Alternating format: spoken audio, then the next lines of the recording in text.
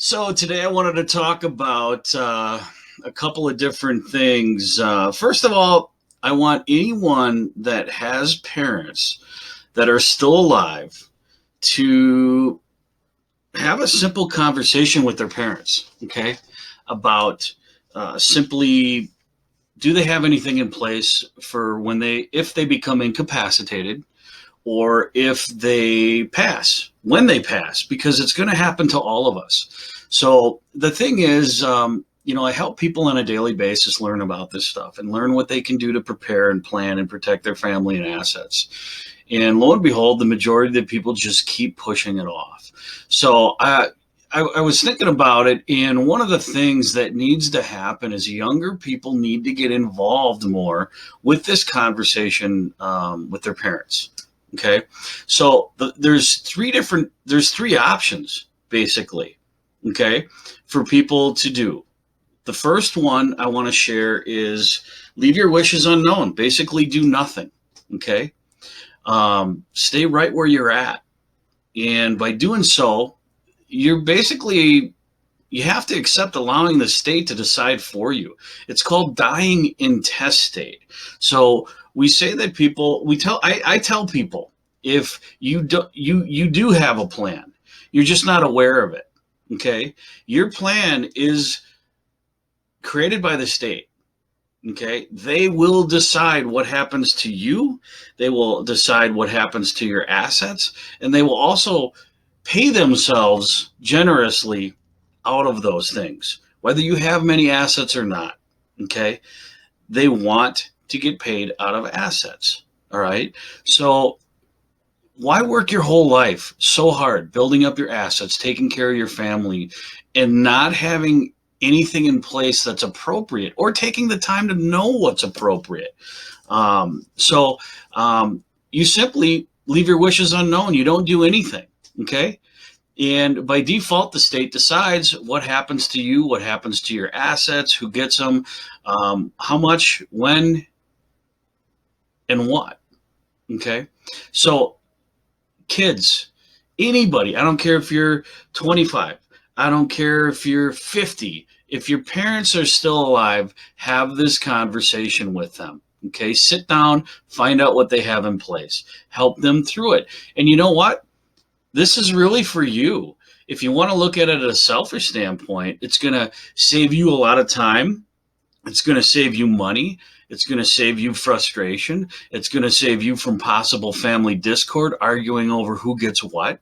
Okay, so there's a lot of things that happen out there. And I'll tell you this, when people die, people change. I see it every day. That'll never happen to me. Boom, there it is at the front door. Families fighting. Mom said I would get this. Dad said I would get this. The courts will jump in and decide for you. Okay, the next option is to make wishes known by at least establishing some type of basic estate plan. That might include a will, powers of attorney for financial and healthcare. You want it to be a durable one that's going to hold up to what you want it to do. Okay, a living will. In this case, the courts.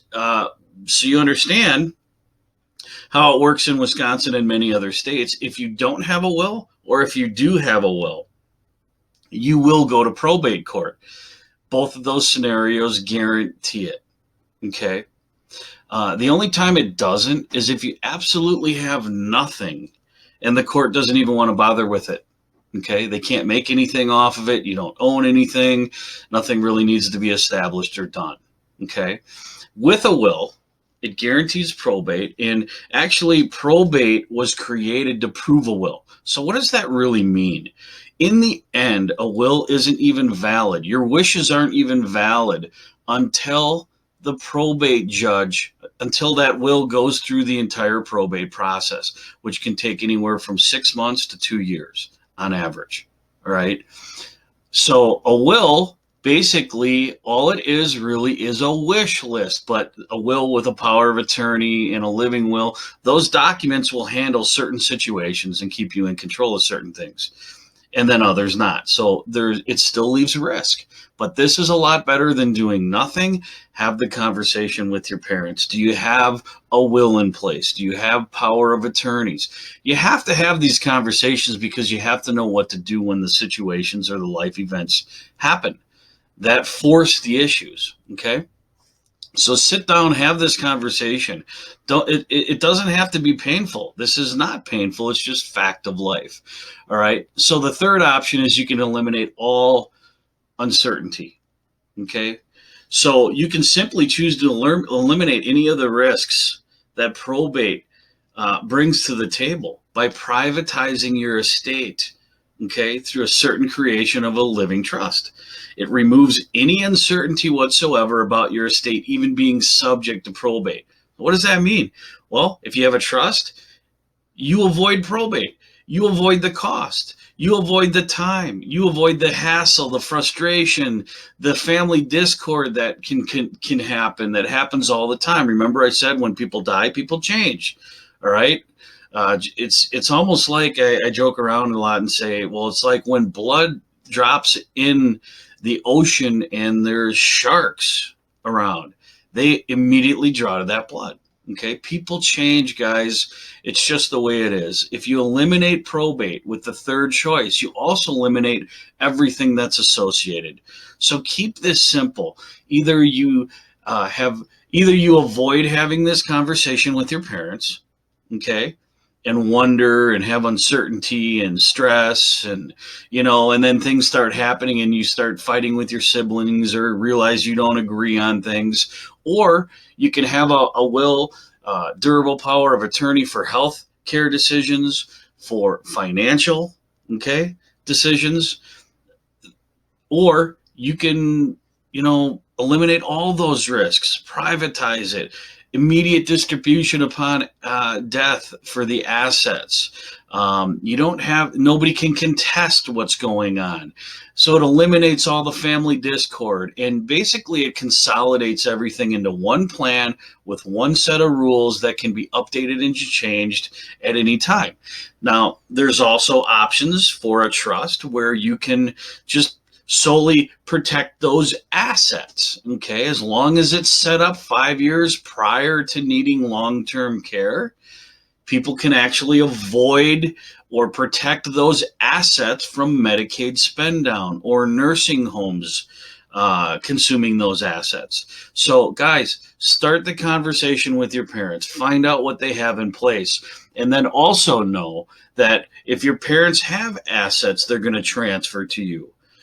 At that moment, again, doesn't matter what age you are, you're going to want, for the smartest approach, you're going to want to have your own trust come from theirs and transfer into your own trust with your own set of rules and wishes and protections and those things that are going to state how your children are going to take care of you if you get in a car accident and pass.